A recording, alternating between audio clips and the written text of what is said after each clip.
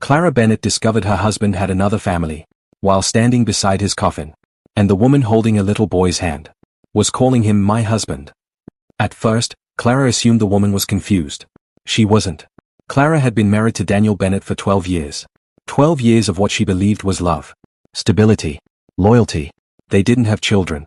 Not because they didn't try, but because life simply never gave them that blessing. Daniel used to tell her, "Maybe it's just us against the world." And Clara believed him. She believed every word. Until the day he died. Daniel's death was sudden. A heart attack. No warning. He was only 42. One moment, he was leaving for what he called a business trip. The next, Clara was identifying his body in a hospital 2 hours away. He had collapsed in a hotel lobby. A hotel. In a city he never mentioned visiting. But grief has a way of silencing suspicion.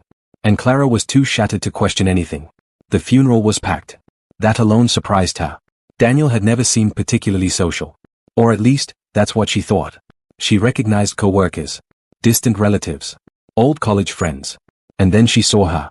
A blonde woman standing near the back, holding the hand of a little boy, no older than 6. The woman looked destroyed. Not politely grieving. Not respectfully mourning. But shattered. As if her entire future had just been buried. And when she looked at the coffin, she whispered, "Goodbye, my love." Clara's stomach tightened. After the service, the woman approached her. The little boy still clung to her hand. "I'm so sorry for your loss," she said gently. Clara nodded. Then the woman added something that made the world tilt. "He was an amazing husband." There are moments when the brain refuses to process what it's hearing. This was one of them. Clara managed to respond. "I'm sorry, what?" The woman looked confused. "Daniel. He was my husband." Silence. Heavy. Suffocating silence. Clara finally whispered, "I've been married to Daniel for 12 years. The woman's face drained of color. And then the little boy spoke. "Mommy, why is she crying?" "Mommy." The woman's name was Elise Turner. She had been married to Daniel for 7 years. 7 years. They had a home together. They had a son. And she showed Clara the photos. Family vacations. Christmas mornings. Birthday parties. Daniel smiling. Holding their child. The same smile he gave Clara. The same man who claimed he had late meetings twice a month. The same man who left on business trips every few weeks. Clara used to pack his suitcase. Kiss him goodbye. Wait for his calls. But Daniel wasn't traveling for business. He was going home. To them. Clara asked Elise a simple question. "Did he ever mention me?" The answer was no. Daniel had told Elise his parents were dead. That he had no siblings. No ex-wife. He had constructed 2 entirely separate realities. 2 wedding anniversaries. 2 sets of in-laws.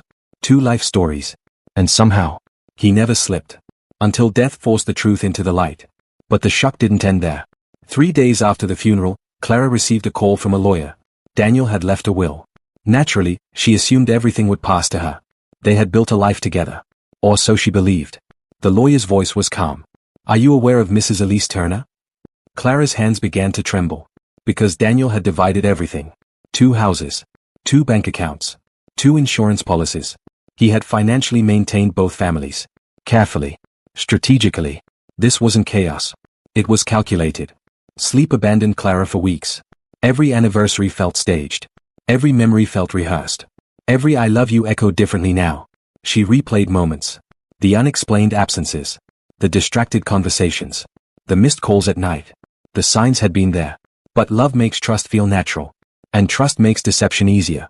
Eventually, Elise asked to meet. The encounter could have turned into anger. Into accusations. Instead, it became something else. 2 women sitting across from each other in silence. Both betrayed. Both grieving. Elise revealed something unexpected. Sometimes he cried at night, she admitted. He said he felt guilty about something he couldn't fix. Guilty. So Daniel knew. He understood the damage he was creating. And he chose to continue anyway. Every day. Then came another truth. Their son's name was Noah. He adored his father.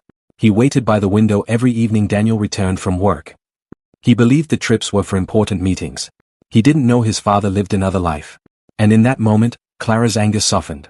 Because Noah was innocent. Just like she had been. A month later, Clara searched through Daniel's storage boxes. Inside one, she found a journal. She never knew he kept one. The final entry was dated 2 weeks before his death. It read, "I don't know how long I can keep this up. I love them both in different ways. But the lies are suffocating me. If I could go back, I would choose one life. One truth. One truth. But he never chose. Instead, he left chaos behind. A year has passed. Clara and Elise still speak. Not out of obligation, but because they share a bond no one else can understand. They were both married to the same man. Yet neither of them truly knew him. Sometimes Clara still wonders. Was any of it real?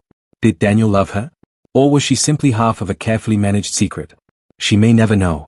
But one thing is certain. The truth always surfaces. Sometimes. It just waits until you're standing beside a coffin. If you were in Clara's position, would you forgive him? Or would you feel like your entire marriage was a lie? Tell me in the comments. Because some secrets should have stayed buried.